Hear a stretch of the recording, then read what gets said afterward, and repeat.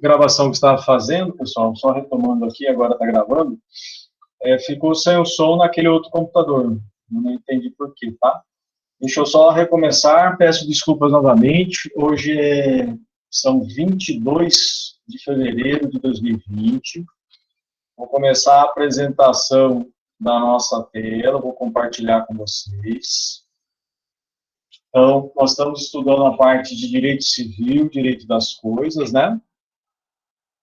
Na semana passada, nós não tivemos a nossa aula, foi na anterior em que eu fiz uma introdução. A grande maioria, acredito que esteja comigo hoje aqui, ou estará depois nos vídeos, né, na gravação. Falei e tenho utilizado muito o professor Anderson Schreiber como uma obra base, o direito civil como um todo, né? Como eu estou na fase agora do mestrado, na dissertação, escrevendo, eu estou usando muito a parte do processo, em conjuntamente com a parte do direito material, tá? Essa parte da obra base, eu tenho colocado para vocês de uma maneira como leitura básica mesmo. A leitura complementar, eu tenho postado lá nos nossos encontros, né? Tivemos um, agora é o segundo, de maneira tá bem destacado, né? Quando tiver, não sei se eu já coloquei para vocês, mas vai estar como leitura complementar. A obra do Sr. Anderson Schreiber, ele está como leitura básica, eu tenho colocado sempre alguns textos, não é a obra, porque não é permitido, né? Gosto também de relembrar aí a nossa parte do direito civil, Carlos Roberto, muito bom, né? Flávio Tartucci, né? César Fiuza, e eu vou sempre complementando com algumas obras. Essa obra eu tenho falado com muitos na leitura do direito civil contemporâneo, né? Na aula passada, eu fiz essa introdução, o que nós vamos estudar? Direito das coisas, direitos reais, né? O próprio Código Civil, ele trabalha, né, na terminologia de direito das coisas, né? Então, ao pegar o Código Civil na parte, no livro 3, na parte especial, nós vamos estar lá no 1196, né? Nós vamos ter direito das coisas, e essa foi a opção da disciplina que nós colocamos. Falei também dessa divisão, onde a gente vai trabalhar muito com os termos de posse, né, e dos direitos reais. Você vai observar que eu tenho falado muito de posse, ora também eu vou falar sobre propriedade, né? Então eu peço a vocês que peguem o Código Civil, localiza lá, quem tiver na hora dos nossos estudos aqui é importante, né? Quem não tiver, já busca aí no seu Pavmeco, né?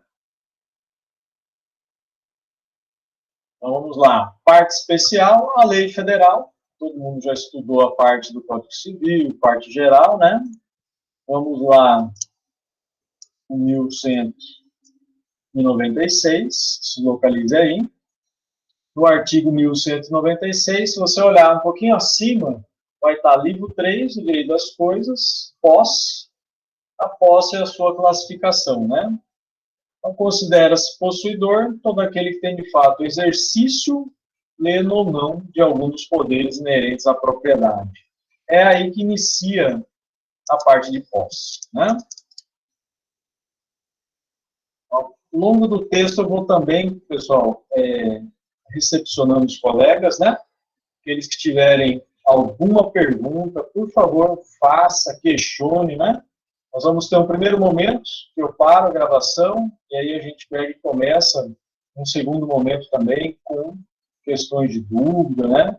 Só vou avisar a turma aqui que nós já estamos, né? Já estamos ok. Muitos colegas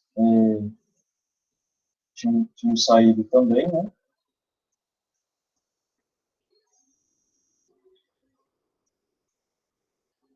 Ok. Pegou o Código Civil, nós vamos discutir, dar continuidade na parte de posse, nós vamos fazer uma comparação, né, dentro dos direitos reais, de maneira bem básica agora, né, nesse primeiro encontro, nesse segundo, né, na sequência, mas que vai nos dar uma substância, vamos dizer assim, uma estrutura do porquê estudar o direito das coisas, né? Sempre na hora que eu estou trabalhando, que a gente está envolvendo com o direito civil, o processo civil conjuntamente, eu não consigo trabalhar nesses 20 anos agora, mais de 20, né?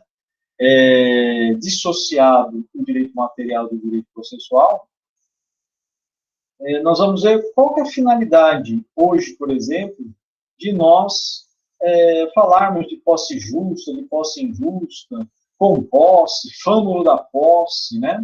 Falar de Savigny para alguns, né? Na teoria subjetiva, teoria objetiva de Ehring, né? Que é a teoria que nós temos hoje no Código Civil. Qual que é a finalidade disso? Né? Porque nós vamos ter na prática, e aí nós vamos ter o estudo também do procedimento especial, e eu vou fazer concomitante algumas práticas de posse e propriedade, em que nós vamos estudar lá no processo civil, na parte especial, as ações possessórias. Logo à frente, depois eu vou localizar dentro da Constituição, questão de propriedade, a parte de posse, se você procurar na Constituição, em um único momento você encontra o termo voltado mais, vários momentos é voltado para a parte de concurso, naquele, né, assumir, né, tomar posse, né, questão dos candidatos, e há um momento que trata lá dos índios, né, dos indígenas, e naquele momento ele fala da posse como essa ideia de posse sobre um determinado bem, posse sobre uma determinada coisa, né, sobre um determinado bem material. Que, para a nossa teoria civilista, é aquele bem que pode ser o que é adquirido, né, com valor, vamos dizer assim, não só no título gratuito. Então, aquela valoração, você pode adquirir, né, aquele bem. Então, na Constituição, a gente localiza nesse momento posse. Não a posse que nós imaginamos no civil e no processo civil. Já no processo civil, eu vou ter ações possessórias. E é essa a utilidade que eu quero que vocês tenham em mente a partir de agora. Então, eu vou discutir, né, mas por que eu tenho que discutir teorias de Savigny, né, e hoje a gente fala Savigny, pela origem alemã, enfim, e Ehring, etc. e tal, Fâmulo e tal. Para que vai servir tudo isso? Porque eu vou precisar, em um determinado momento, propor uma ação dentro de uma relação possessória ou de direito real, regra, a gente vai discutir propriedade, e eu vou ter que saber que tipo de ação que eu vou propor. Então, eu vou propor, naquele caso, uma ação de reintegração, e eu estou tratando de posse, ou será que eu vou propor uma ação reivindicatória, né? Então, as ações possessórias, reintegração, interdito proibitório, né? São ações que, paralelamente, me dizem o porquê que eu estou estudando com vocês o direito material, esse direito civil, voltado para o direito das coisas, tá? Qual que é o fundamento que nós vamos dar aqui? Então, a ideia de posse não é só para aquele que tem título, e a maioria entende a posse, né, sem título também. O que é isso? Muitas das vezes, se eu tenho uma matrícula do imóvel, se eu tenho a propriedade, e eu preciso reivindicar aquele bem, eu vou ter que olhar o caso em concreto e falar, mas eu vou discutir propriedade ou eu vou discutir posse? Ou será que eu tenho, nesse caso, uma posse direta ou será que eu tenho uma posse indireta? Como é um caso lá muito comum do locador e o locatário, que nós vamos ver na sequência. Então, essa decisão, eu preciso ter uma certeza. Como nós preparamos o exame de ordem, a gente prepara para o concurso, a gente prepara para o dia a dia forense, eu vou ter muito, principalmente no estado de Mato Grosso, né? A gente vai ter muita discussão das questões possessórias. E a gente vai vai caminhar na questão do uso capião, que é muito bem-vindo nesse semestre, né? Vamos esgotar, e isso eu pretendo, tanto dentro do Código Civil, como dentro da Constituição, as hipóteses que são muito bem-vindas da parte do uso capião. Então, espero que todos estejam acompanhando, aqueles que estão comigo agora, aqueles que estarão comigo, né, pouquinho mais à frente, lá nos vídeos, né? Que muitos colegas não estão disponíveis, mas que estarão mais à frente assistindo, né? Bom, então aqui eu coloquei uma introdução. Então, a posse figura pode ser autônoma, independente de título. É a grande regra, né? Que nós temos hoje aqui no Estado. Distinguindo, por certo, da própria propriedade, né? Se o possuidor não é realmente o titular daquele direito. Como assim, Enéas? Né? Eu coloquei duas situações, e aqui eu estou pensando já a visão do porquê que eu estou estudando o direito real. Por que eu estou estudando posse? Né? Bom, titular abstém-se de defender os seus direitos. Né? Ou seja, alguém foi lá, eu vou usar alguns termos aqui, por exemplo, ele foi, o vizinho, né, começou a invadir a área, né, lá de Raimundo. Eu tenho uma área na região do Mato Grosso, na área de terras, e o Raimundo tem sua propriedade, mas ele mora lá em São Paulo, né, uma região distante, vem aqui de vez em quando. A área dele ainda é uma área de mata fechada, tudo, mas está cercado, está tudo cercado, tudo feito as suas divisas, né? E o Vivaldino fica de olho naquele imóvel, tem a sua área também, uma área já desmatada, uma área que já não tem tanto, vamos dizer assim, não tem madeiras, enfim. E ele fica de olho e começa a invadir a área de Raimundo, Vivaldino. Ele começa a entrar. Entrou hoje, ninguém questionou, entrou. E a gente começou a fazer o que a gente chama de trilheiro, entrou lá dentro para tirar a madeira, né? E o Raimundo está ali, está na inércia, está quieto, e aí o Vivaldino já afastou a cerca, botou a cerca mais para dentro, né? O Raimundo nada questionou, quer dizer, não há, né, uma reivindicação por parte do proprietário Raimundo. O Raimundo tem título, tem matrícula de imóvel, né? Ele tem tudo registrado, porque quem não registra, Raimundo já sabe disso, não é dono do imóvel, né? Então ele pega, fica na inércia. O que vai acontecer? O que pode acontecer ali, né? O Vivaldino, ele começa. Alguém já disse para ele que passado mais de ano e dia, né? Não teve violência, ele foi lá, começou a construir, enfim, a sua cerca. Isso daí vai ter uma consequência, né? Coloquei até aqui, depois para a gente discutir a questão do uso capião. Mas e se o verdadeiro titular vai lá e exige a entrega do seu bem? Ele fala, não, eu tenho interesse, né? Quero reivindicar. Eu tenho propriedade e eu também tenho posse, né? Eu estou lá, quando eu vou, né? Mas nesse caso, será que ele vai discutir posse com o Vivaldino? O Vivaldino já está lá há mais de ano e dia, né? O que você, enquanto profissional, para Raimundo faria, né? Bom, se você fala, Raimundo, você tem propriedade, você tem matrícula do seu imóvel. Não vou discutir com o Vivaldino posse. Vou discutir propriedade. Eu vou reivindicar, né, vamos propor uma ação reivindicatória, reivindicar a sua propriedade, que foi esbulhada. Então, no início era perturbação, ele entrava e saía, mas ele passa, então, a retirar, né, de Raimundo a posse da casa. Ele foi lá e invadiu, né, fez delimitação, mudou o cercado, mudou tudo. Essa é a ideia. Na omissão, na inércia daquele que tem o título, nesse meu exemplo, poderia ser também um outro possuidor, e naquele que não fica na inércia, mas que vai sim procurar, né, defender sua posse ou sua propriedade. O Código de 2002, e aí nós vamos fazer uma sequência de artigos, ele não traz o conceito de posse. Mas nós temos ali, quando há, né, essa ação processual, né? Mas o que é posse, né?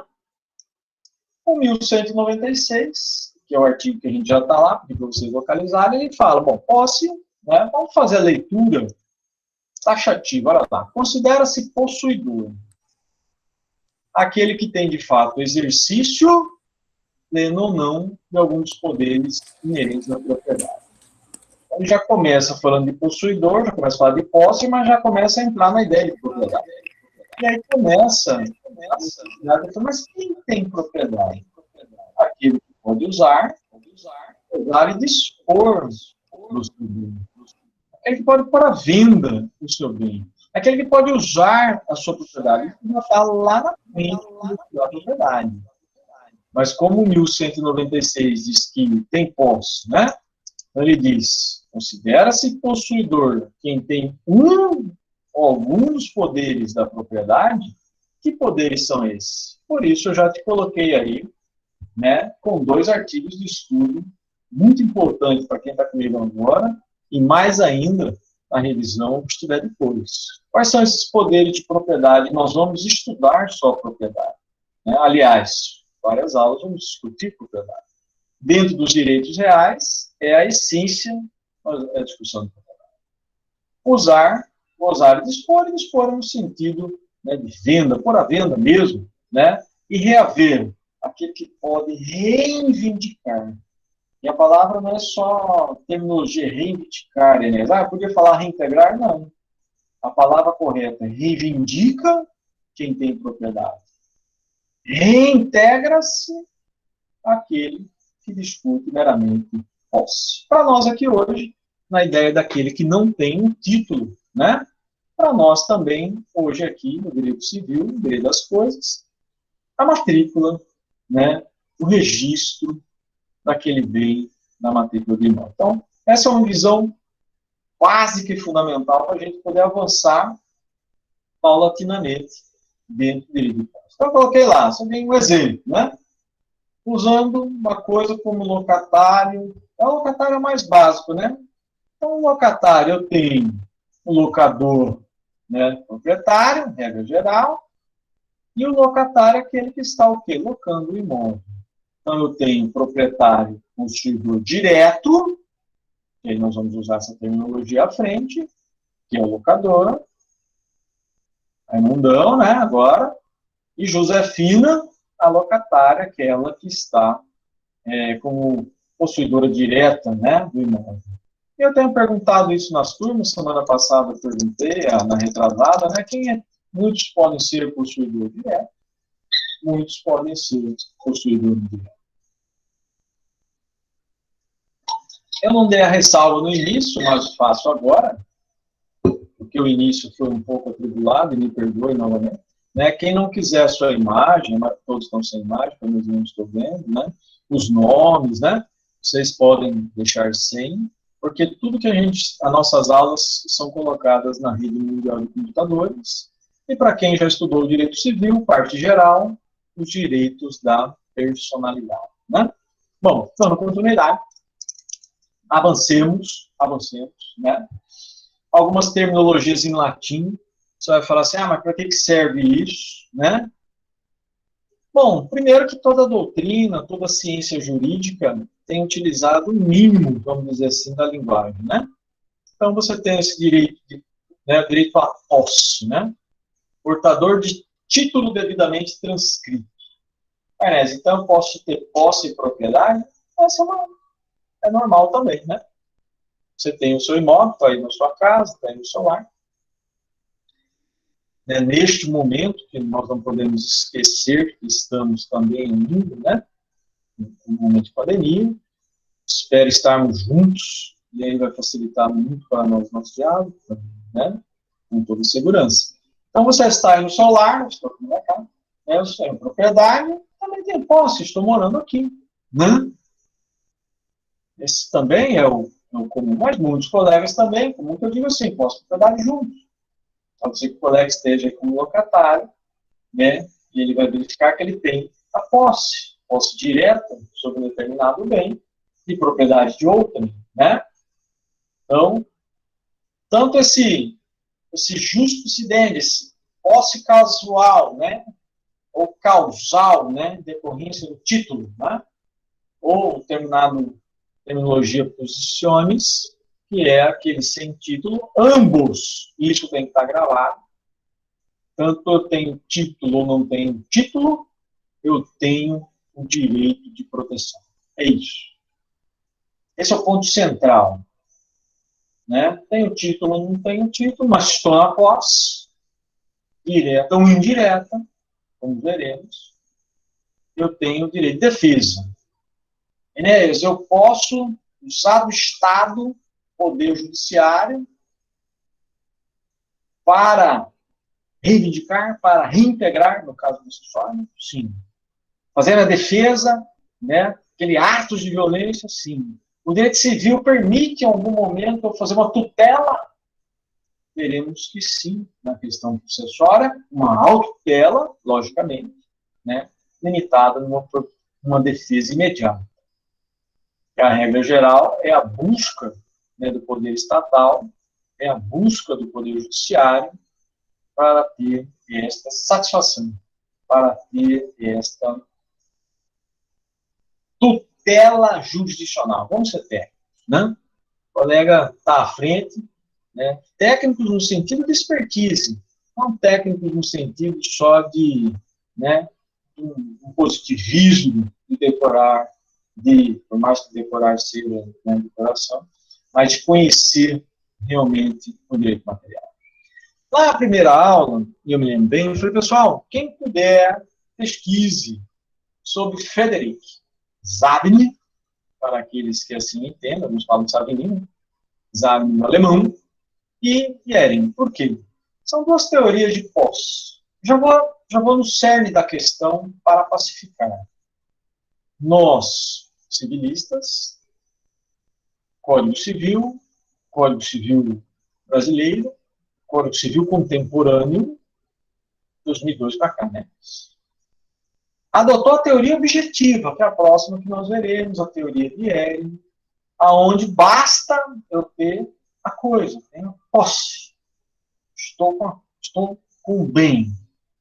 Estou com bem sobre a minha posse. Se eu tenho ânimos, a vontade ou não de ser proprietário, isso é indiferente. O colega locatário está na posse direta de um bem, para nós, ele está na posse. Ele não precisa ter a vontade de adquirir esse bem, se tornar proprietário. Ele está usando, ele tem um dos poderes de proprietário, ele está gozando daquele bem. Ele não pode desfazer do bem, não pode pôr a venda, sim, porque ele não tem a propriedade.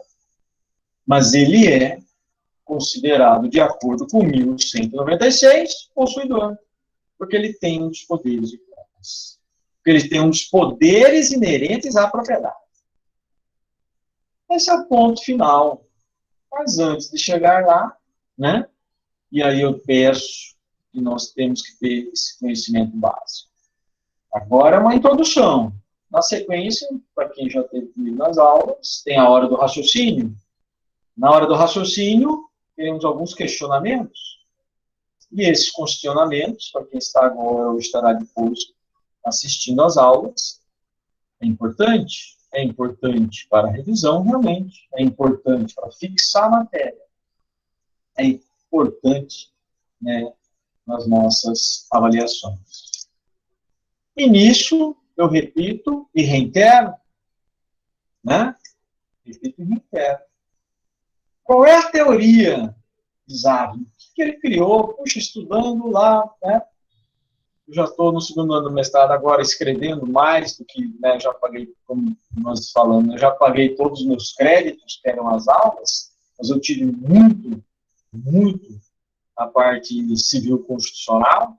Um dos textos que eu vou passar para vocês é uma das obras que a gente fechou, um artigo, em que eu escrevo sobre o que não é a constitucionalização do direito civil. E nesses estudos, há uma obra antiga de Zabny, posso colocar para vocês depois parte dela na leitura complementar, só para vocês conhecerem, que fala sobre essa estrutura, esse tratado do direito de posse, ou do direito possessório, ou tratado sobre a posse, tá? Dois elementos na ideia desse alemão, doutrinador e cientista, cujo embate foi muito grande para permanecer com o direito positivado, codificado, vamos dizer assim, um direito, como chamam hoje de pós-positivista, né? Onde seria tratado mais não só a questão expressa em lei, seja codificada ou não, mas também utilizando-se, né, da ciência jurídica, né, doutrina, aproveitando-se dos julgados e precedentes. Mas essa é uma outra visão. Na visão de Zabni, ele fala, olha, para você ter posse, né, como diz lá o CTC, o Código Civil Nosso, possuidor. O que é isso? Ele tem que ter o corpo, elemento objeto. Estou pensando aqui aí nessa locação, Raimundo, né, locador e Josefina locatário, ou no caso lá de Raimundo sempre é meu, né, sempre tem a propriedade. O Vivaldino, que começou primeiramente fazendo, né, algumas entrava, pegava madeira, saía, e depois ele veio lá, esbulhou mesmo, não era só uma perturbação. Né? Esse corpus, para Zabni, tem que ter uma vontade, um ânimo, uma intenção no seu interesse próprio. O que é isso? É como se o locatário, a locatária Josefina, tivesse o interesse de propriedade. Ela não tem um interesse só em usar, gozar, ela quer por a venda. Não pode, né? Então, para essa teoria subjetiva, e subjetiva em Savigny, ou como digitalizado, eu tenho que ter o corpo, que é, no meu exemplo, né, o imóvel locado, mas essa vontade, né? Essa vontade de quê, né? De querer ser também o proprietário, não só usar, gozar, mas por havendo, né? Então, se faltar o corpus, né, para o objeto, não tem posse, sim. E se faltar o ânimos também, por essa teoria, também não vai existir a posse, mas mera detenção. Ali, usando, gozando. Teoria subjetiva, repito, não é adotada por nós. Nós, civil, 2002, o 16 também era assim, código anterior, né? Tivemos duas codificações civilistas no Brasil, vocês sabem disso, 1916, 2002, né? Com vigência em 2010. Então, para Savigny, aquele que não tem esse ânimo, essa vontade de ser proprietário, ele só é um mero detentor. Né? Para nós, a gente vai chamar esse já um mero detentor, aquele que está lá cuidando da fazenda, né? Do imóvel para Raimundo, né? Aquele cuidador, o chacareiro que está lá, né? Está lá na porta, tá, mas ele não tem ânimo, né? Tem a vontade. Né? Vamos chamá-lo já mero detentor, né? O fã, né, da posse. Adquire-se a posse para essa teoria quando o elemento físico se junta a essa intenção de tê-la como sua. Mas qual é a teoria que nós vamos, né, pautar? Então vai estar lá. Temos, às vezes você vai estar vendo que eu olho o celular, às vezes o colega, né, está pedindo uma ajuda no nosso WhatsApp. Né? Então aí eu, né, Nath falou que não conseguiu, está ocorrendo. Sim, vou colocar aqui, tá? Qualquer coisa vocês vão me chamando no chat. Okay? Mas eu já consegui, professor. Já estou aqui na sala. Ô, Nath, você já está aí, desculpa, agora que eu vi. Estão me ouvindo bem? Sim. Eu consegui já entrar. Vamos lá. A teoria que vai nos interessar, Rudolf von Lehrer. Você já estudou, pedi para você dar uma lida, né? O que diz essa teoria, né? Todo livro, todo manual, todo estudo do direito das coisas, ou alguns chamam de direito real, Fenosa, Washington de Baixo Monteiro, Maria Helena Diniz, né, dentre outros. Por que todos trazem? Savigny e né, Rudolf von Lehrer. Dois alemães, sim. A grande questão civilista, né, direito privado, né, não vai me interessar essa vontade, esse antes, basta eu usar a coisa. Eu tenho posse quando eu tenho aquele corpo, aquele bem sobre, né? Considera o ânimos já incluído no corpus. dá ênfase na posse, na exteriorização desse usar, gozar os poderes do proprietário. Para Hering, basta o corpus para a caracterização da posse. Então, você, nós, o Lev está aí, está alocando, né, usufruto, né, lembra lá? Né, das formas de contrato, né, tem a posse. Ah, mas eu não tenho a vontade, eu não tenho ânimo, eu não quero ser proprietário. Não tem problema. De acordo com o Código Civil atual, gozar um dos poderes, né, do proprietário. Exemplos, coloquei aí um exemplo também muito simples, lavrador, tem a sua colheita no campo, né? Não a tem fisicamente, ele não vai ficar com ela, mas lógico que ele né, conserva a sua posse em relação ao produto como o proprietário ordinariamente ele faz. Né? Então, foi lá, plantou, colheu, né? De quem que vai ficar aquele lá, Inês? Olha, ele pode ser proprietário ou não, às vezes ele é um arrendatário, né? Muito comum também estar no Grosso, né? Tem a posse direta, como a gente vai ver, mas ele tem um contrato de arrendamento, né? Para arrendar aquela área e aí fazer a venda do seu produto. Ah, mas ele não quer, não tem interesse, ele tem um contrato né, de arrendamento. Ele não quer comprar o imóvel, ele não fez lá uma proposta de compra e venda, né? Não existe um compromisso registrado em cartório na matrícula do imóvel de compra e venda. Mas não precisa. O que ele quer é utilizar aquela área de terras para produzir, né, e fazer a sua colheita. Esse uso econômico, essa destinação, me parece bem taxativo na teoria objetiva. Então, a sequência vai estar resumida. Teoria subjetiva, Savigny, que não é adotada no Brasil, mas precisamos conhecer a origem, e a teoria objetiva de Rudolf von Hering, que é adotada, né, pelo artigo que nós estamos lendo em 1196, essa definição de possuidor. Vou colocar até um quadrinho à frente, que todas as obras que eu estou lendo sobre os direitos reais, e aí agora o direito da coisa específico, né, trazem, tá? Mas eu gosto de ter uma hora de raciocínio, sair um pouco da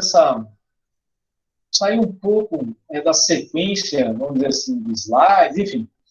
Mas o que é posse? Vamos dizer que lá, na sua segunda fase, direito civil, né? Para quem vai fazer exame de ordem na segunda fase, direito civil. Mas o que é posse? Se você fosse discorrer sobre o termo posse, o que você falaria? Ah, mas por que toda vez que eu falo em posse, alguém fala já de cara propriedade? Porque o Código Civil diz que para ser taxativo, né? Como é que ele fala? 1195. Considera-se possuidor quem tem muitos poderes inerentes à propriedade. Então, já inicio. Propriedade consiste, na visão tradicional, no exercício de poderes em relação à coisa, né? E se esse poder de usar, gozar, dispor, que é o principal da propriedade, são exercícios de fato, mas não tem uma situação jurídica consolidada. O que é isso? Vou ser bem objetivo. Para caracterizar a propriedade de um imóvel, eu trago o registro, né, da matrícula do imóvel. Então, eu não tenho, mas tenho sobre o meu poder o uso e o gozo. Bom, se não está consolidada por título, ou se não está consolidada de outra forma, como veremos também, que pode ser adquirida, né, no caso do uso capítulo, a propriedade. Aí você tem uma ação declaratória e aquela decisão sentença será encaminhada ao registro. Isso é uma outra parte da veremos. Exteriorização. Então, a posse é essa exteriorização do exercício desses poderes. Usar, dispor não dá porque não vai vender, né? Uma diferença evidente. Mas pode acontecer, né? Pode, né? Então a gente vai ver a questão da não violência, da posse justa contra a posse injusta, ou até mesmo daquele que esbulhou, mas que se consolida por inércia, né, do proprietário. Então, uma diferença evidente entre o direito de usar um carro e efetivamente usar. Né? Bom, está alocando um carro. Essa exteriorização material, o direito pode ser de qualquer natureza, inclusive de qualquer nome. É lógico que eu posso ter posse e propriedade. Né? Como é que eu configuro, então, a posse? Já lemos o que é 1196, tá? Que é um, tá? Considera-se possuidor todo aquele que tem, de fato, o exercício pleno ou não de alguns poderes. Já falamos. Mas quais são esses poderes? Remetido para o 1228. Usar, proprietário tem a faculdade de usar, gozar e dispor. E o direito de reaver o poder de quem o detém. O locatário, para mim, é uma figura exemplo, né? De estar usando um bem, ser possuidor, de estar gozando daquele bem, né? Lá na frente até eu crio uma situação, e se esse locatário passa, né, não ter mais contrato de locação, né, como acontece às vezes, né? O Raimundo viajou, estava lá em São Paulo, morador, tinha um imóvel em Cuiabá, um querido amigo, né, ficou lá morando no seu imóvel, não tinha contrato, nada. E depois de algum tempo, 2, 3 anos, e lá, ele foi lá e fez a venda daquele imóvel, um contrato de compra e venda para o terceiro Vivaldi. Né? Então, Raimundo empresta para o Vivaldi, né, o imóvel, né? Poder fazer pelo menos um contrato ali de, né? Para utilizar aquele bem, né? Enfim. E aí ele vai, Vivaldi vende para o terceiro lá, Josefina. Como é que Raimundo vai reivindicar, né, a sua propriedade?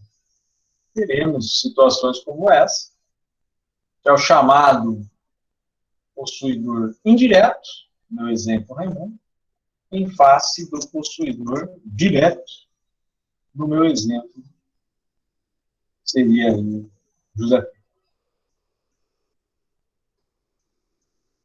Alguns chat, Gerson mandou.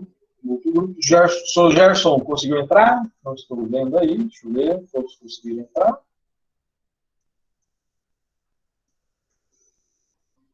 Espero que sim, qualquer coisa me fale, tá bom? Em alguns instantes, não gravei as horas, mas em alguns instantes a gente vem. Márcio está aí, muito bem-vindo, Márcio. Vamos lá. Vamos fazer uma breve revisão, né? Eu sei que falar de Savigny e Henry é muito interessante. Teoria pura, mas é a teoria, e aí eu acho que é pertinente até falar, né? Do Código de 16 para cá, né, que é o Código de 2012 que a gente utiliza, a parte de posse no direito civil, ela ainda ela tem ela é linear, né? Não há uma mudança radical, vamos dizer assim, de entendimento. Eu estava pegando obras da minha época, 20 anos atrás, um pouco menos, um pouco mais, né, que eu gosto muito do Washington de Barros Monteiro, gosto muito do Venosa, gosto muito da Maria Helena. E se você pegar uma obra de 20 anos atrás e olhar e pegar de hoje, logicamente, fazendo uma comparação de artigos, você vai ver que a parte do direito das coisas, direitos reais, eu acredito que Venosa diz isso na última edição dele, né, ela não houve uma mudança radical, como em outras áreas, direito de família, né, sucessões, personalidade, né, direito da personalidade. Mas vamos lá. Por mais que tenha, aliás, por mais não, que bom que tem essa estabilidade, né, no direito das coisas, né? Depois eu vou fazer uma visão, já faço com algumas turmas, principalmente quando eu trato da questão dos animais, né? Gosto também do professor Paulo Lobo, né? E ele trata os animais como seres sencientes, sensíveis. O STJ tem falado isso, mas isso é lá um pouquinho à frente, quando a gente for discutir a questão da farra do boi, né? Que foi objeto do Supremo Tribunal Federal, né? Enfim, olhar para essa ideia, né, também do direito dos animais. Então, vamos lá. Então, o possuidor parasagno se comporta como proprietário, ele quer ser dono, né? Esse afeto, não basta só o corpo, é uma coisa, tem que ter o ânimo, tem que ter a vontade. Se a gente fosse por essa teoria, está ali expresso, né, o locatário, o depositário, a gente estudou essas figuras semestres anteriores, né, não teria posse, porque, né, não é todo locatário que está fazendo uma proposta de compra e venda do bem que está sendo ficado. E na visão da teoria de Ehring, né, basta eu ter o corpus, estar ali na posse do bem. Não acho que é essa teoria que nós utilizamos no Código Civil Brasileiro. Eu coloquei de maneira aí bem simples, né? Que vale o corpus e o ânimo já está lá dentro. Né? Basta querer ter poder sobre a coisa. Não tenho a necessidade, a vontade, né? O ânimo de ser dono. Né? Para a teoria subjetivista ou subjetiva, o principal defensor já falei, Zago, conceituada como poder direto ou imediato que a pessoa tem de dispor fisicamente também com a intenção de tê-lo para si. Para essa corrente possui dois elementos, que é, já dito, falado, o ânimos, o corpus e o ânimos. Eu vou colocar ali à frente, né? O corpus, esse elemento material, a posse física, e o segundo elemento, essa vontade, esse desejo, essa intenção de ter a coisa como propriedade. E aí está a figura, né, mais conhecida na possessória.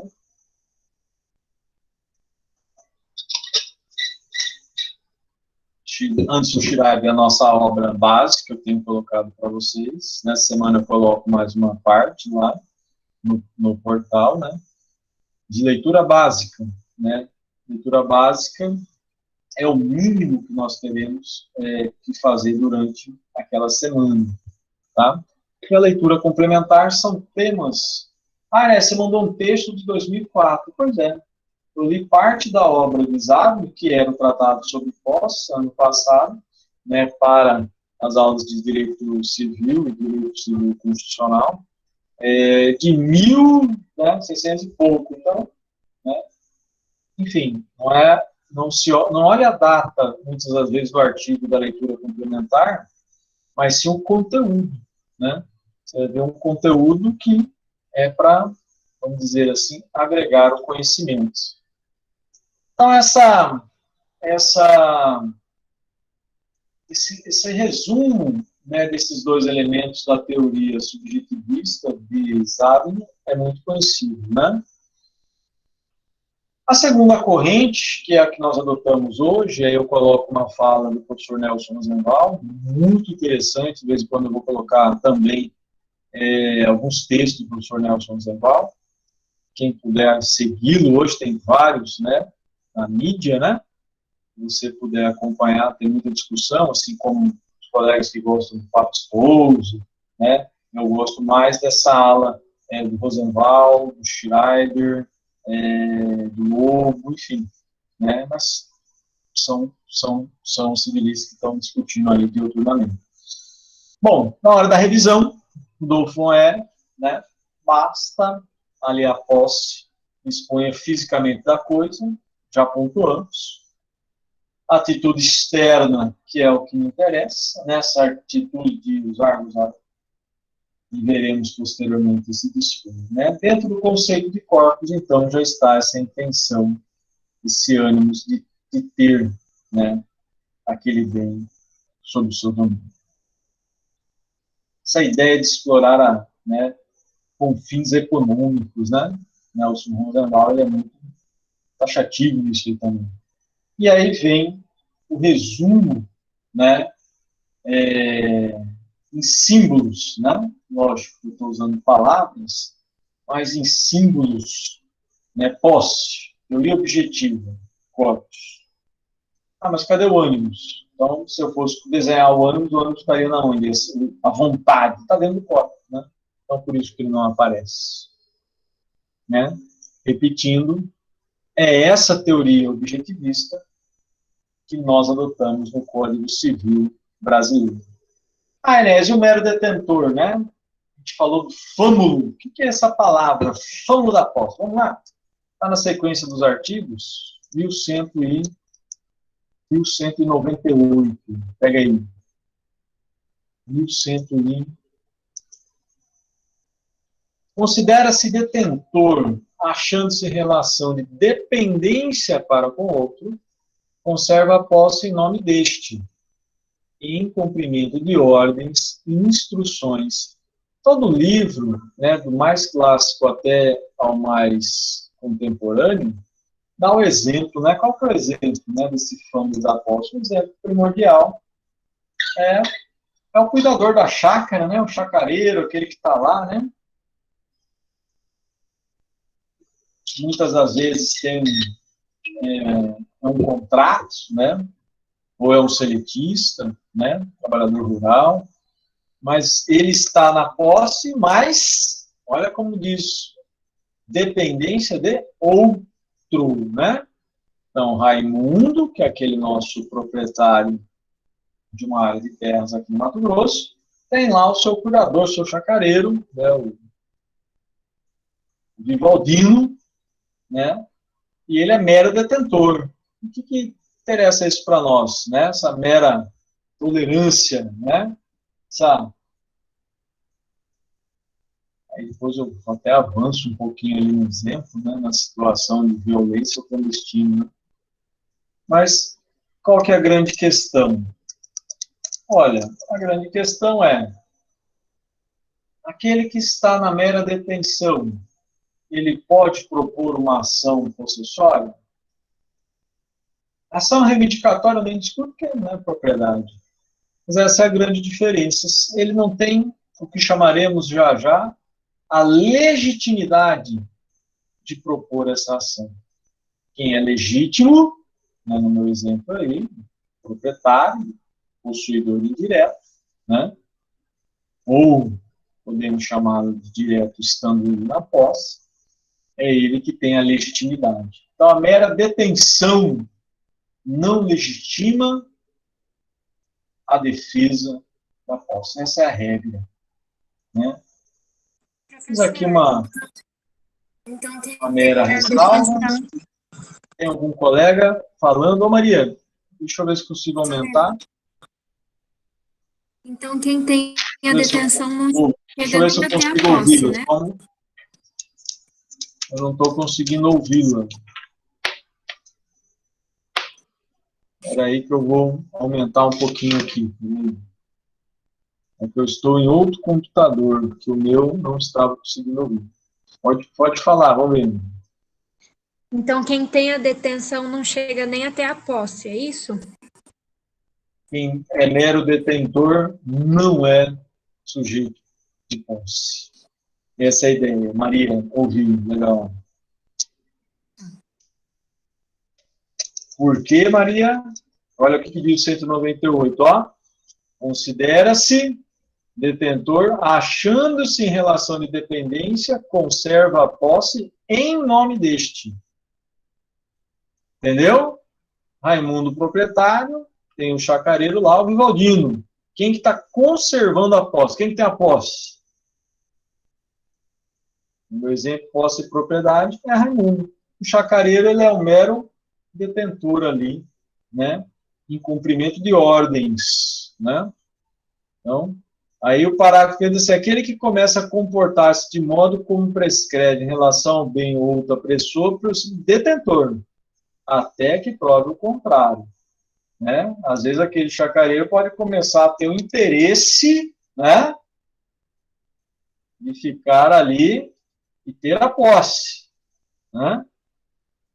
Mas, se ele propor uma ação em desfavor de Raimundo, ele poderá ter a extinção desta ação liminarmente, não demonstrado ali que ele não tem a posse, né? O juiz vai perguntar, você pode usar? Ele vai falar, uso, eu planto, tudo, mas sim, mas você tem uma ordem, um contrato, né? Sim, quem dá as ordens para plantar é o Raimundo. Você pode vender, né? Desfazer desse bem? Não posso, né? Então você vai ver que ele tem os limites legais. Tranquilo até aí? Pergunte, fale, Maria. Os colegas também podem ficar à vontade, tá bom? Vou mais um pouquinho, daí eu vou fechar para gravar esse primeiro tempo. Mestre, em síntese, pode falar, Maria. Obrigada. O que determina que a pessoa ela só pode ser detentora e não pode ter a posse? Tipo, na prática, assim, como que eu saberia identificar isso? Na prática, se você tiver um caso que for procurado, ele chegar para você e falar assim, eu tô lá, sou o mero caseiro, que a gente chama aqui no Mato Grosso, né? Você fala assim, mas você cuida para quem? Eu cuido lá para o Raimundo. Você tem um contrato de trabalho? Não preciso ter um contrato de trabalho, mas eu estou lá cuidando daquela área de terras ou daquele imóvel para fulano. No que ele fala isso, é um mero detentor. Ele não tem nenhum dos poderes de propriedade. Se ele usa lá, ele está usando mediante quem? O dono, Mediante a posse do Raimundão. Se ele está plantando alguma coisa para consumo próprio, quem que está autorizando ele plantar? Você entendeu? Uhum. Então, tipo assim, ele pode usufruir desde que tenha autorização do proprietário. Mas vamos dizer, e isso acontece muito em Mato Grosso, vamos dizer que ele está lá, ele é o chacareiro, né? E o Raimundo não voltou mais, passou 6 meses, não voltou, não fez o pagamento dele mensal, que ele tinha que pagar, né? O salário dele. Passou um ano, ele não voltou mais, e aí ele teve que plantar para sua subsistência. Um ano e pouco, ele está naquele imóvel, sem nenhuma violência, sem ninguém perturbar, ele começa a construir, fazer benfeitoria. Você está vendo como que está mudando? Uhum. O que está acontecendo aí? O que ele vai reivindicar? Ele vai falar, olha, eu já tenho a posse. Mais algum tempo a gente vai pensar, eu quero a propriedade para me resguardar mais ainda. Como é que ele adquire propriedade? Aí nós vamos aprender uma das formas lá na questão do uso capião. Mas mudando, né, a situação dele. Como mero chacareiro ali, como a gente fala aqui, como mero cuidador, ele não vai ter satisfação em propor a ação. Mais alguma pergunta? Acho que tinha um colega que ia perguntar. Quem ia? Márcio? Sim, não, foi o Lucas, doutor. Lucas? Fala, Lucas. Então, só para sintetizar melhor, nessa diferença entre o possuidor e o detentor, o possuidor ele vai estar em um estado em que ele vai ter o direito de propriedade, correto? Ele tem propriedade ou posse, né? Ele também pode ser só um possuidor. Não, sim, ele é possuidor. Esse estado de possuidor corresponde ao direito de propriedade, sim. Justamente por ele ter um dos poderes inerentes à propriedade, que é usar, gozar, reaver, dispor. Agora, no caso de detentor, aí já não é nenhum direito, né? Ele não tem, né? Ele não tem nenhum dos poderes. Vamos usar os poderes do proprietário, ele não tem, né? Sim. Um Se ele está detentor, usando daquela área para produzir, ele está usando mediante, né? sim, mas então ele não pode, ele não tem nenhum direito à propriedade, obviamente, porque ele só está seguindo por base de instruções, né? Cumprimento Ele tem de uma ordens relação e de instruções. dependência, eu acho que essa palavra é importante, nessa relação de dependência com o outro. É boa. O 1198 ele usa um termo, essa relação de dependência.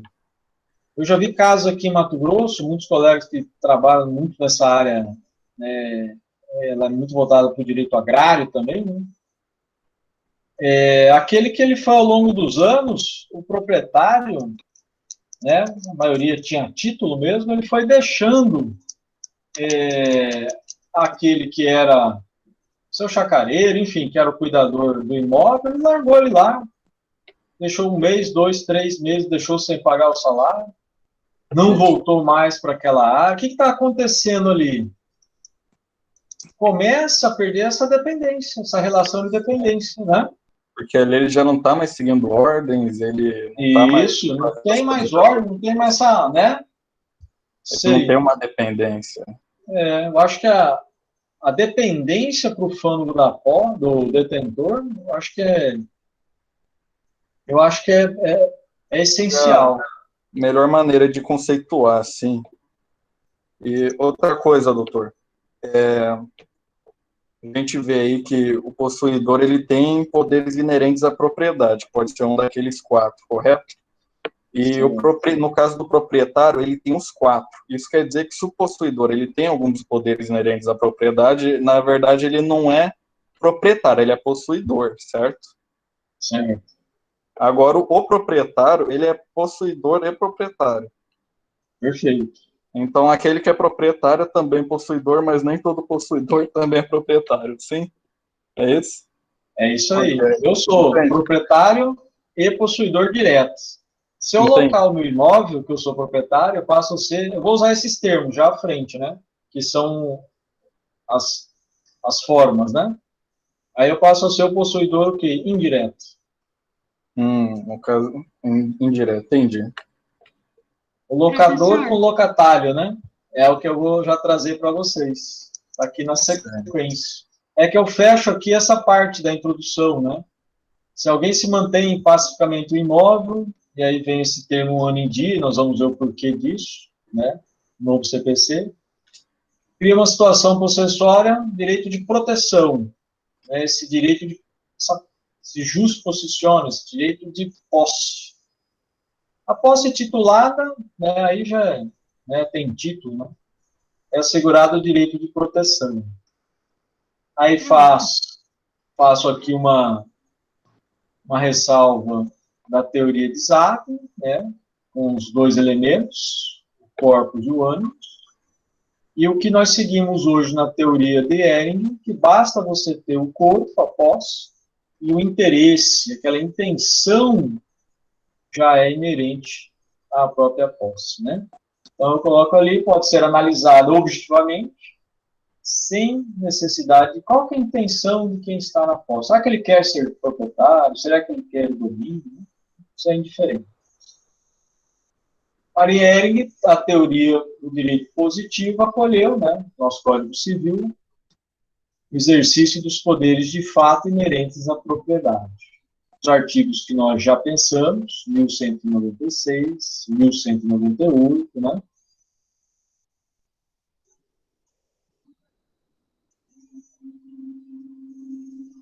Espécies, que é o que eu estava falando para o Lucas agora.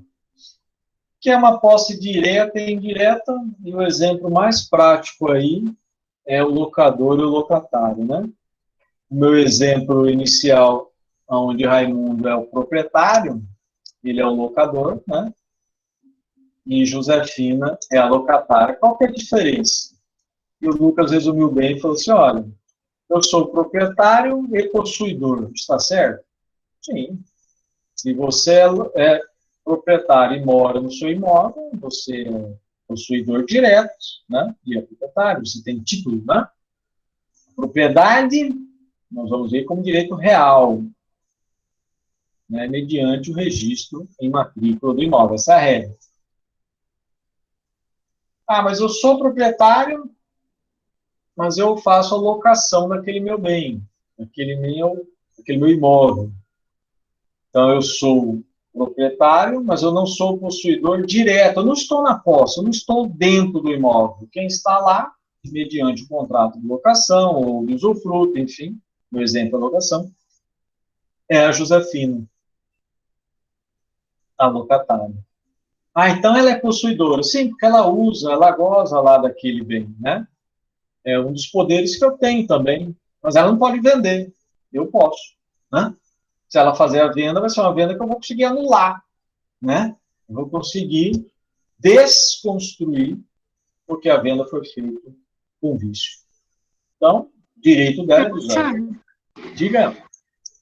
Então, nessa relação aí de locador e locatário, o proprietário, então, ele não necessariamente é possuidor do bem, né? É isso? Ele é um possuidor, mas ele é um possuidor? Qual que é o termo que eu estou usando aqui, ó? Indireto. Posse indireta. Entendi. Quem que está na posse direta lá? Quem que está lá? A pessoa que está alugando. Que está locando isso. Professor, Porque eu sou... Pode falar. Só para eu ver se eu entendi, assim, resumido o outro assunto. Então, quem é detentor, ele precisa dessa relação de dependência, né? Okay. Com o bem. Ele depende do que o proprietário vai determinar que ele pode fazer ou não. Já o possuidor, ele tem uma independência, mas uma independência limitada. E já o proprietário, ele é independente, ele não precisa de ninguém para saber o que ele pode fazer ou não com o bem. Eu vou trocar a palavra independência, vou colocar poderes. O proprietário tem poder de usar, gozar e dispor, ok? Uhum. E o possuidor? Só de...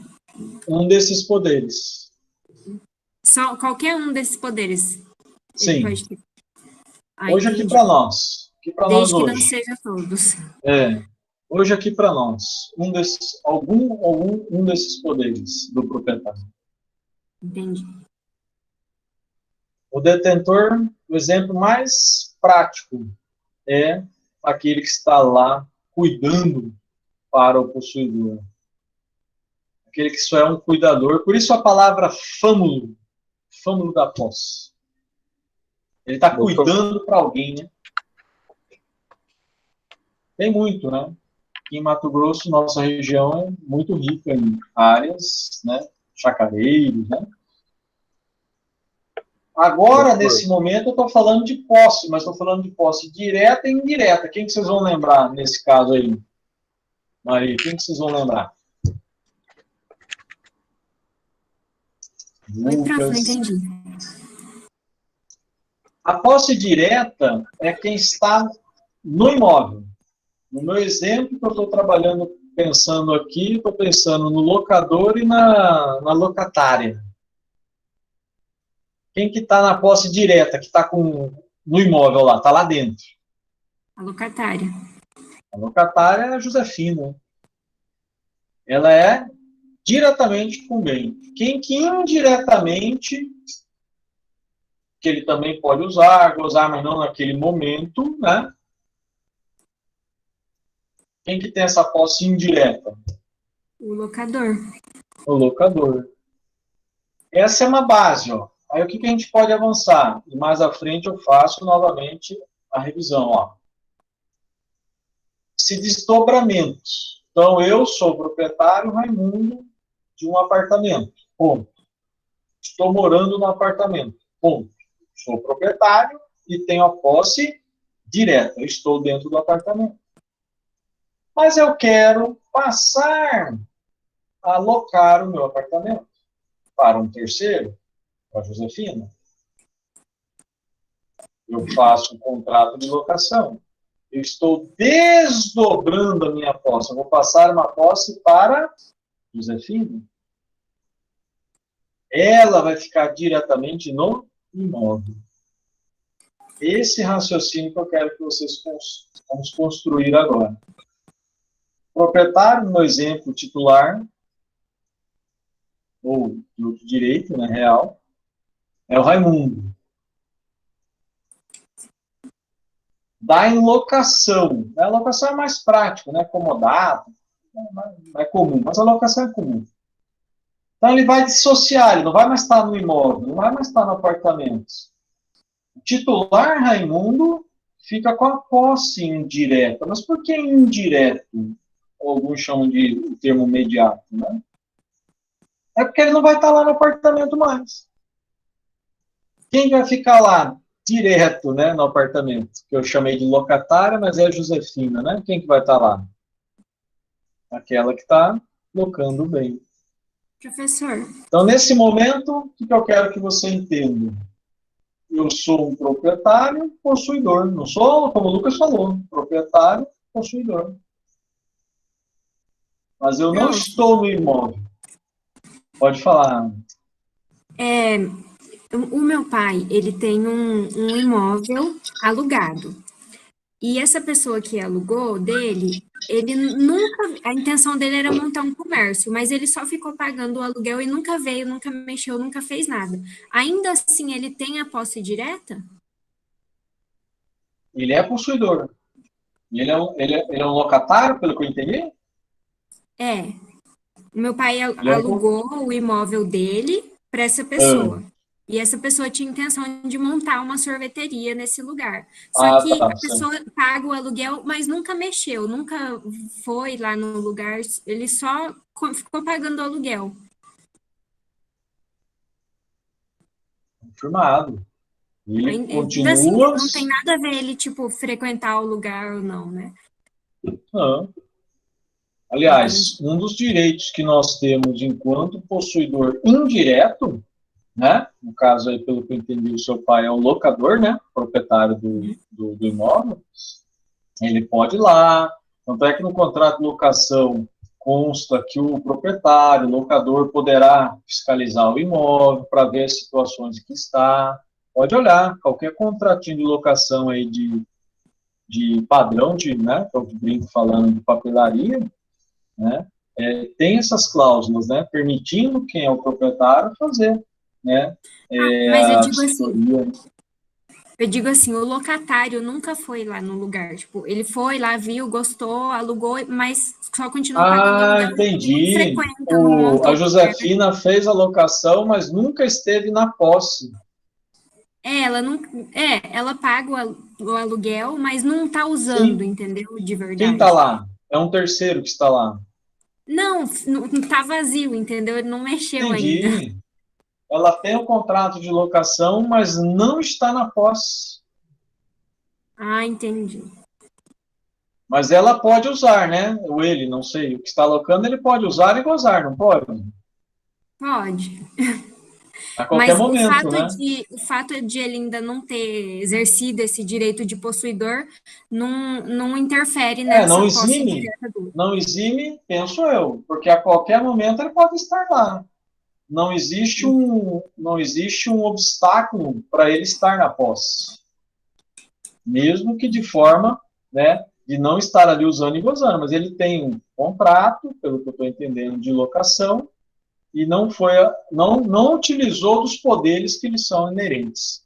Em outras palavras, ele pode, vamos dar um nome aí para esse Vivaldino, terceiro, ele pode usar e gozar do bem, não o fez, mas pelo que eu entendi, ele tem esse direito diante do contrato de locação que ele vem pagando. É isso, né?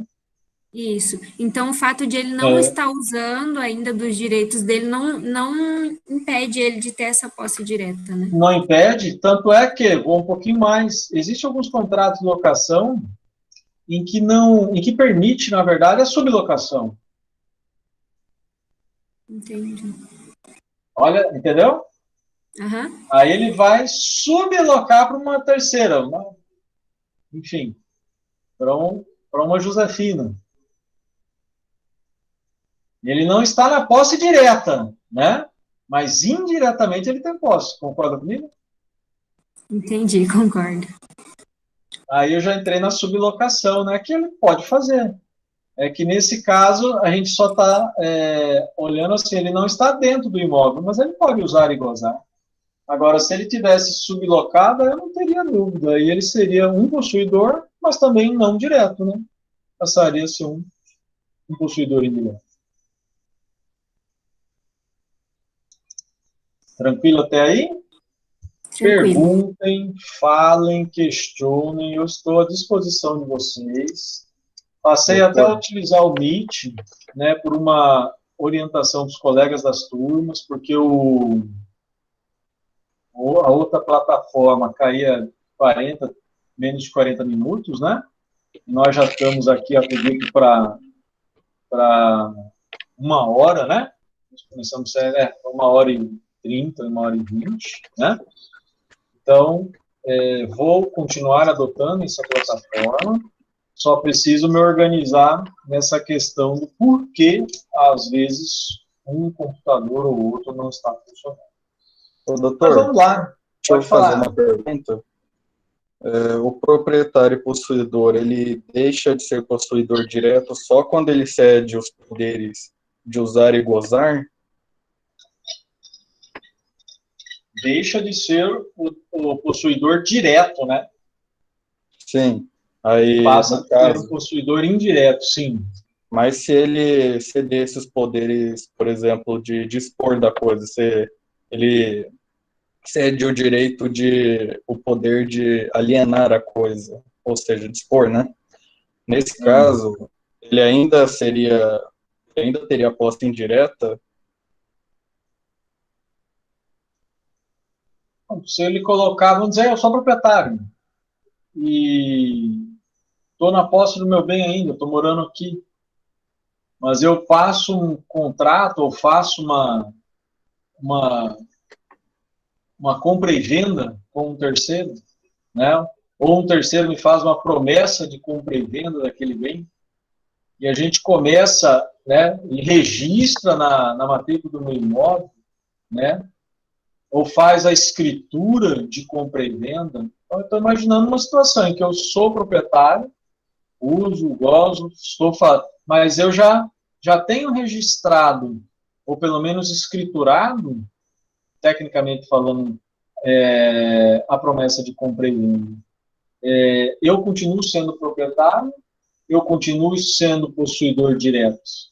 Né? Eu estou naquele corpo, naquele bem, naquele imóvel.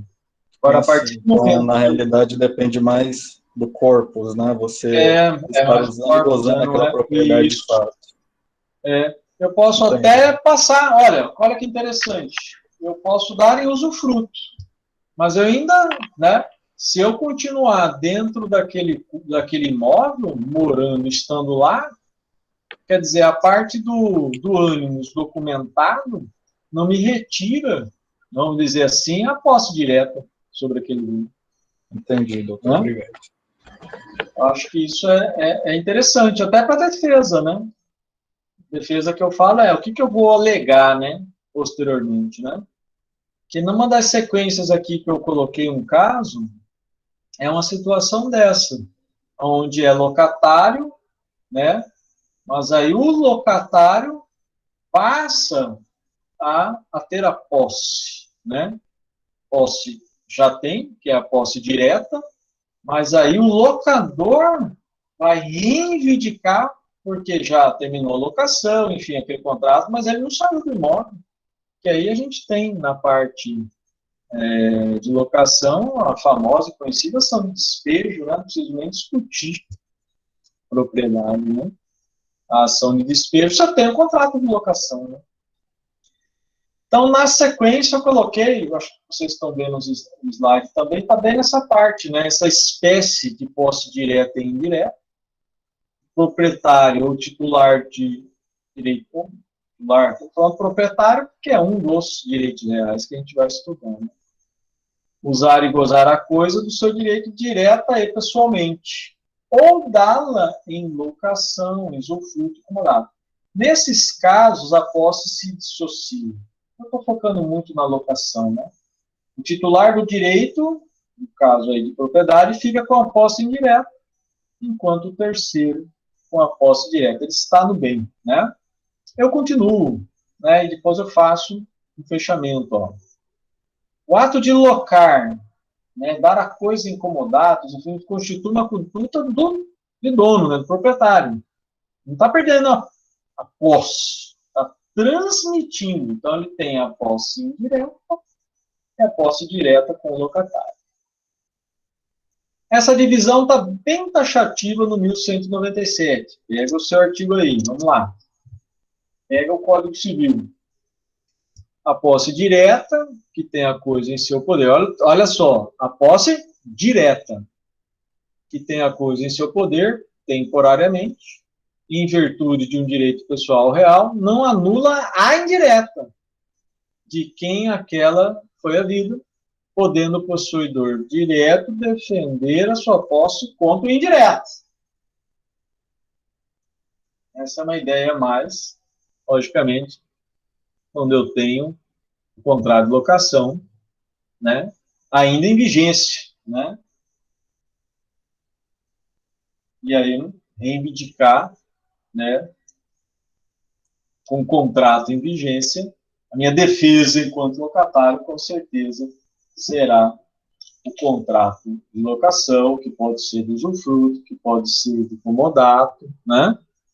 Nós vimos, acredito, com essa turma semestre passado, né? Então, a posse direta tem seu poder temporariamente em virtude de direito real ou pessoal, né? Professor, Pode falar.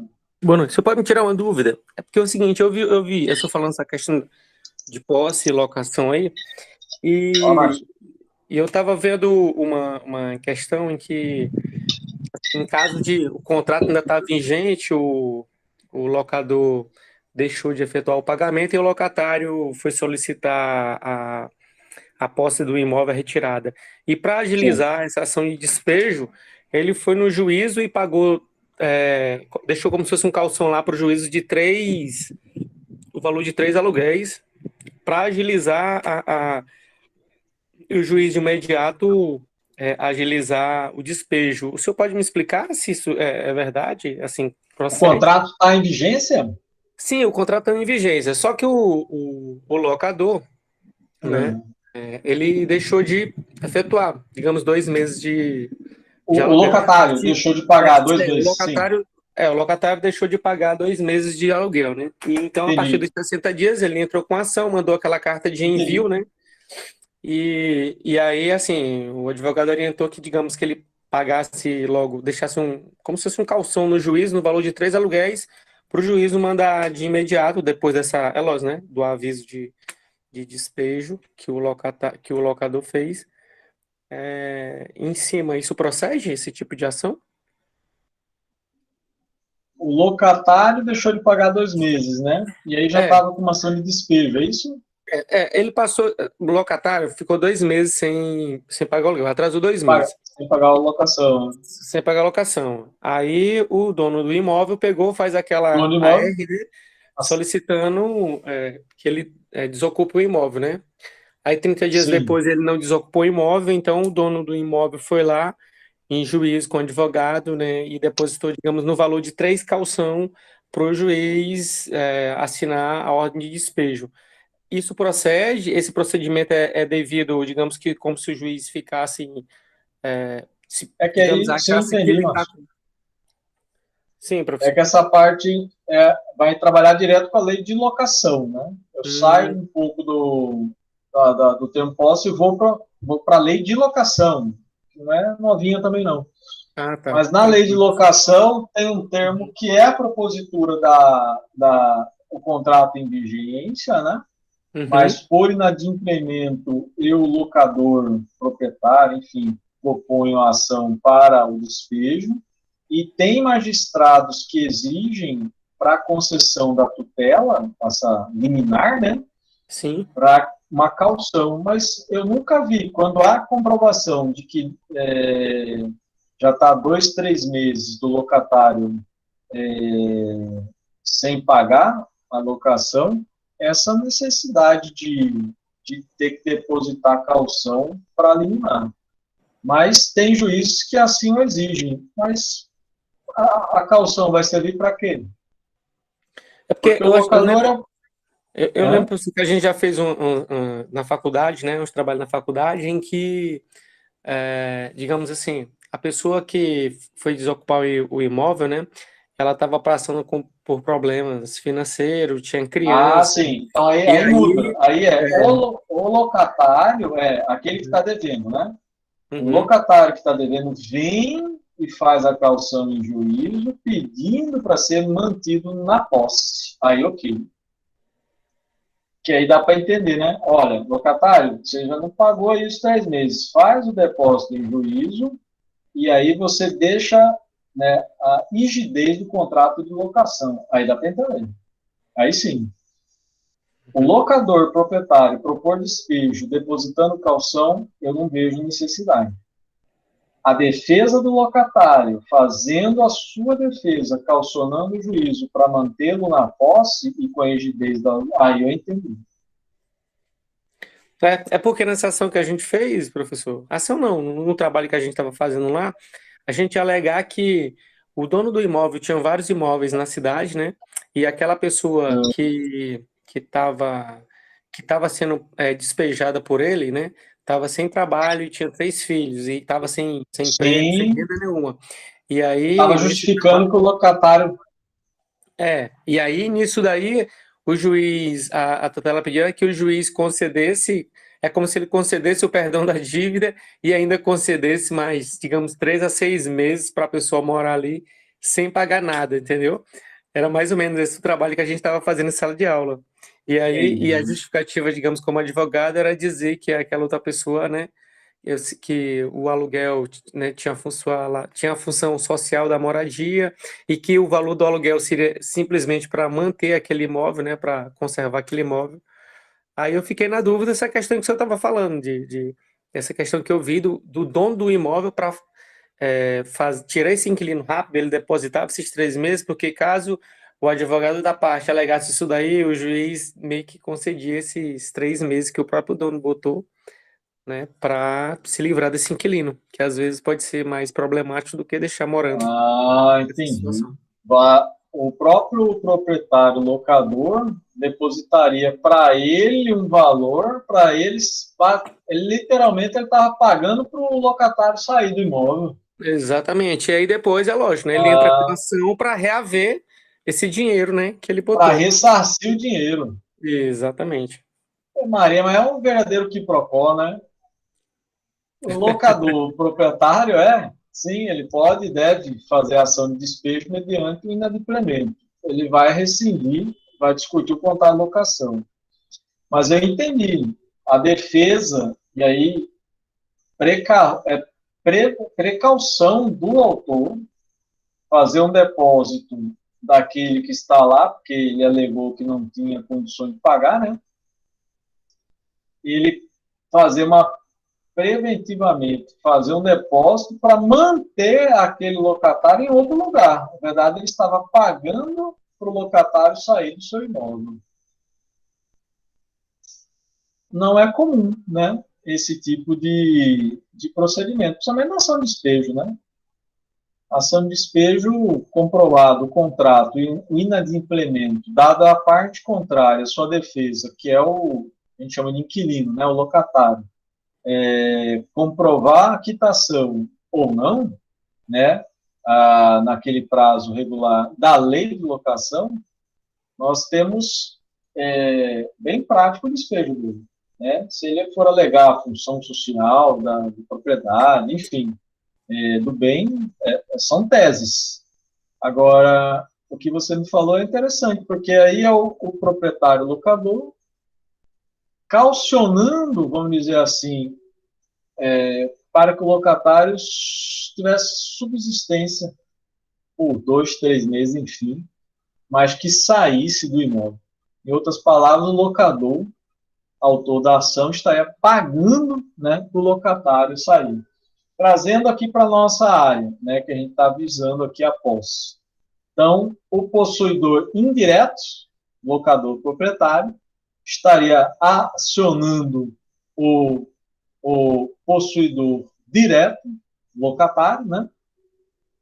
E ainda assim, para sair do imóvel, né, estaria garantindo o juízo para que o mesmo não permanecesse com ele lá sob a alegação de função social na propriedade. A tese é bem interessante.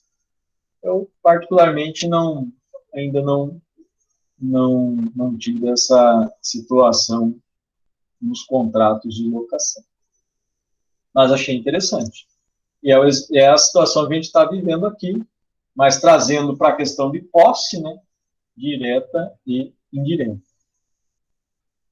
Na sequência da posse, né, coloquei aí esse desdobramento, proprietário exercendo a posse indireta, como consequência, que nós já falamos, Locatário, exemplo, né? O Márcio nos auxiliou com um caso concreto. Exerce a posse direta por concessão do locador. Um não anula o outro, taxativo, né? Ambos se coexistem. Possuidor direto pode invocar a proteção possessória contra terceiros, isso é importante, mas só o segundo pode adquirir propriedade. Mas por quê? Porque o possuidor direto já tem propriedade. O indireto, né, vamos dizer assim, ele já tem a propriedade, né?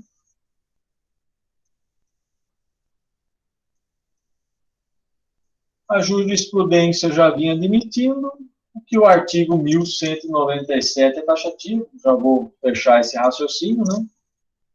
E poderá tanto o possuidor direto se defender contra o indireto, ou vice-versa, né? Então, cada possuidor, direto e indireto, recorrer-se aos interditos possessórios. Quem são os interditos possessórios? Né? Vamos estudar no processo civil, né? A reintegração, né? O próprio interdito proibitório, né? E a chamada posse exclusiva. Esse é um outro termo aí, dentro dessa verdadeira teoria geral possessória, tá? Não vou cansá-lo, mas uns minutinhos e nós fechamos a nossa aula de hoje. Só essas terminologias, né? Exclusiva. Bom, exclusiva é a posse de um único possuidor, né? Eu tenho falado muito aqui que eu sou, né? Posso ser o proprietário e possuidor. Eu estou na posse do meu imóvel. Com posse, duas ou mais pessoas exercem simultaneamente os poderes sobre a coisa. Vamos lá na composse. Pega aí o Código Civil, 1199. Olha lá. Se duas ou mais pessoas possuírem coisa indivisa, não pode ser dividida, né? Poderá cada um exercer sobre ela os atos possessórios, contanto que não excluam uns dos outros compossuidores. Que situação que é essa de composse, né? Do 1199. Olha lá. Eu trouxe um caso, acho que tem até um julgado na sequência, salvo engano, né? Envolvendo união estável, envolvendo, né? Rompimento, né? Vamos dizer assim, divórcio, por exemplo, daquele casal, né?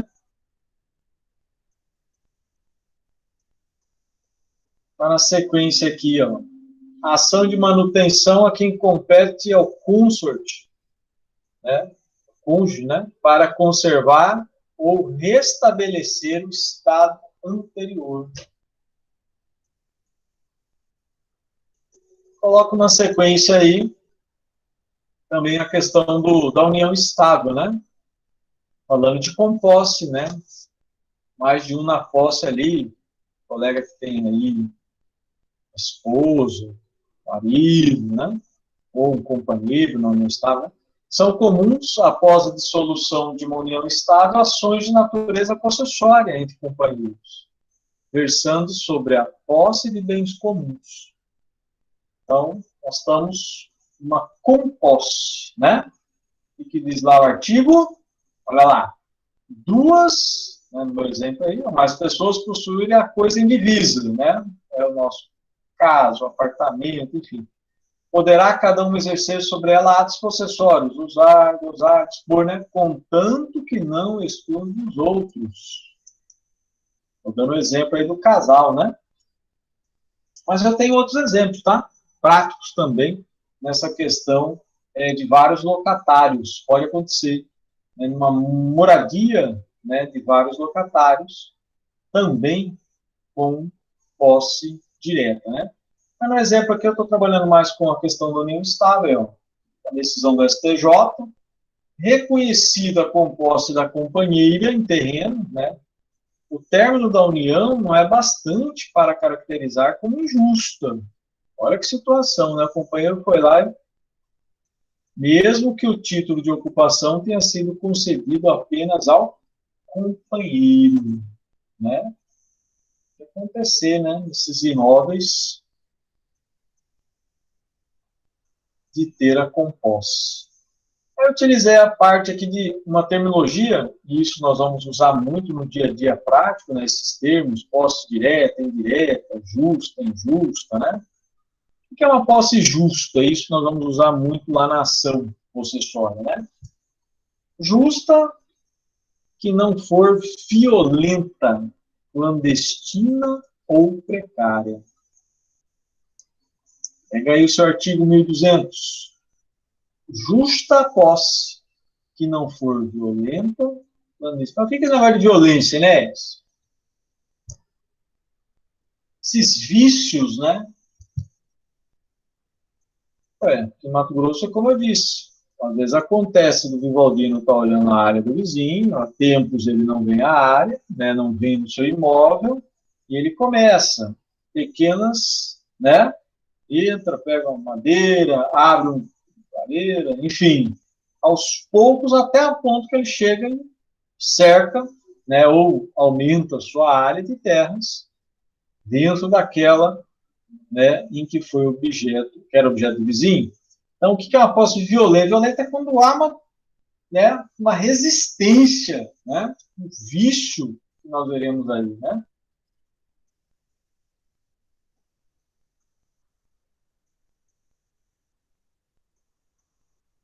Despojando a força, expulsa meios violentos, né?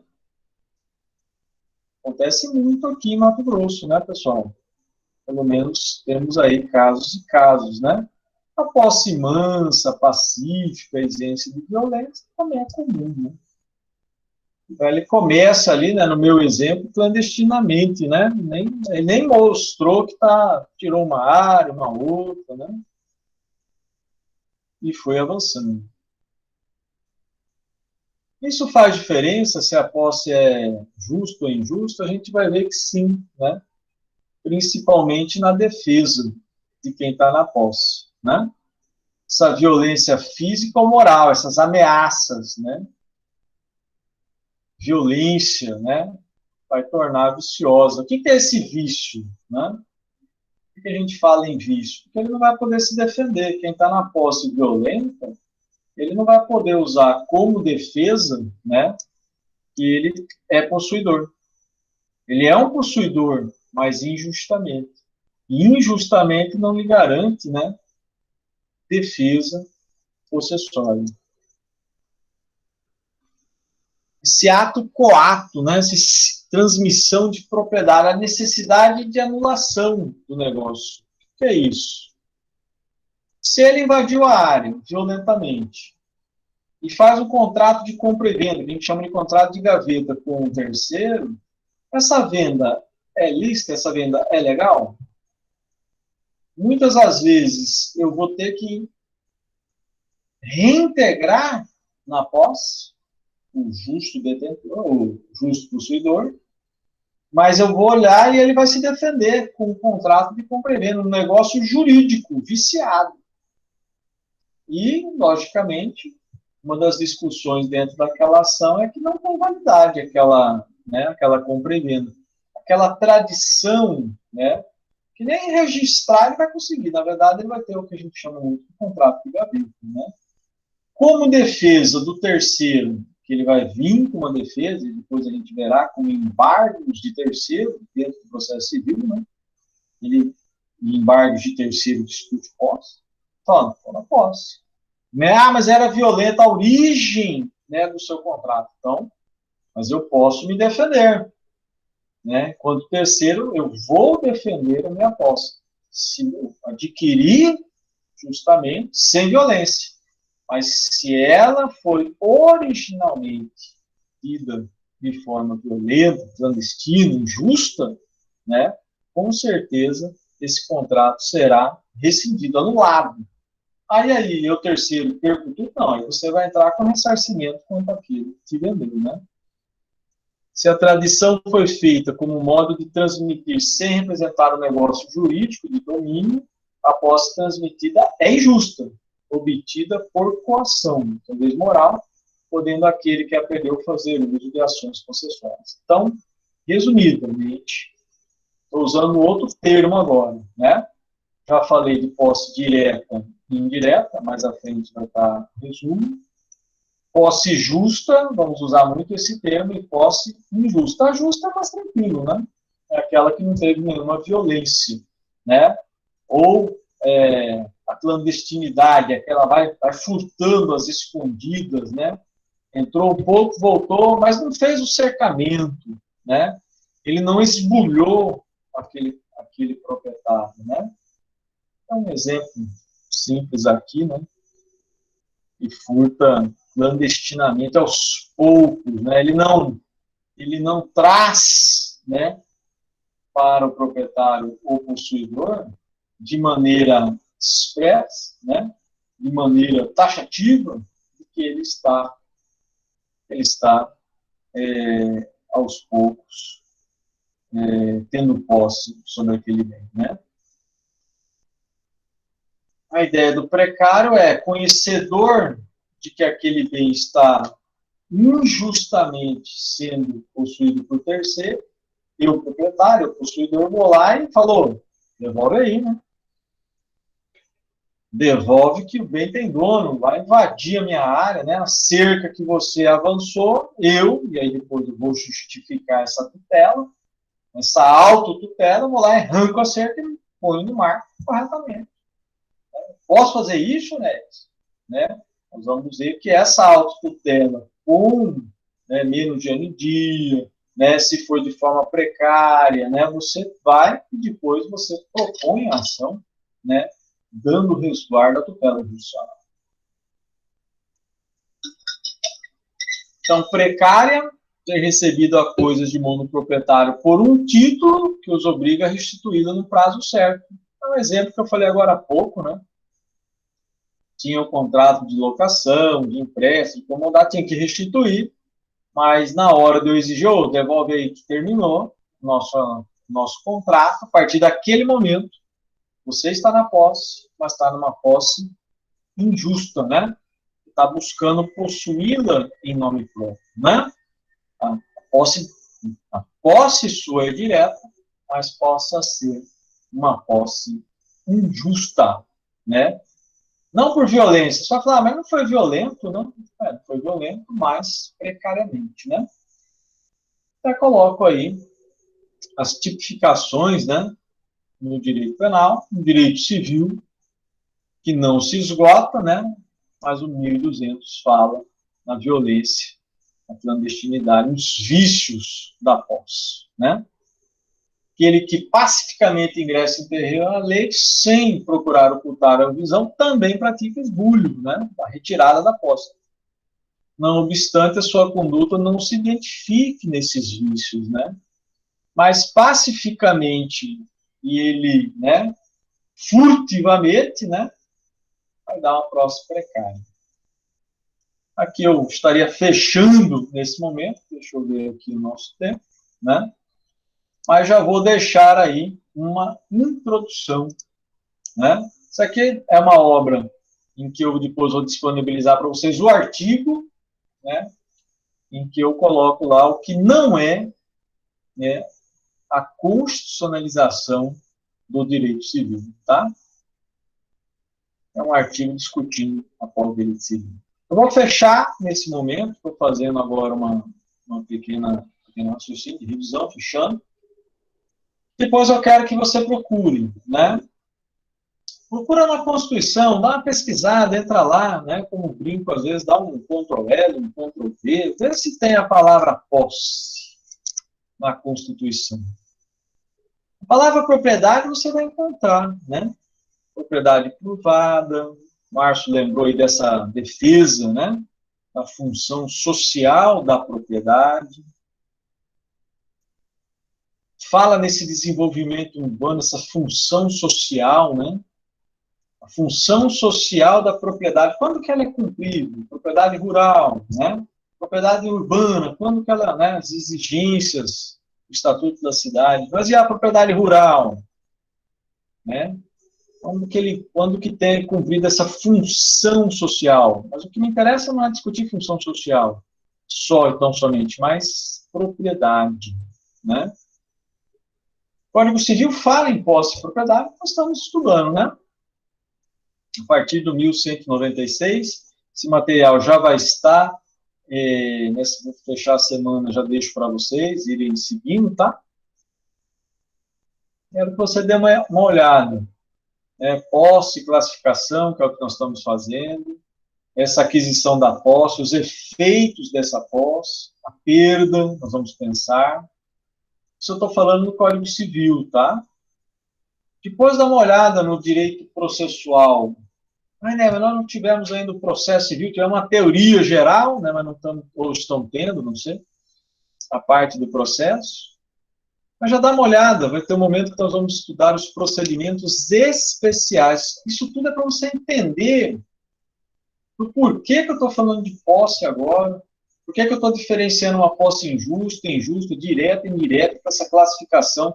Porque mais à frente eu vou ter que estudar a manutenção e a reintegração de uma posse. Isso é uma ação. O interdito proibitório, ficou até repetitivo ali, né? O interdito proibitório, o próprio nome já dá uma noção, né? Então, eu quero proibir, né, aqueles atos, né? Não teve o esbulho, ele não me retirou, mas ele fica me perturbando, é a perturbação da minha posse. Ele foi lá e tirou uma madeira, ele foi lá e retirou uma árvore, né? Ele abriu um clareiro, né? Então, eu quero parar, ó, você está perturbando. Então, aí nós vamos ter uma ação, chama-se o interdito proibitório.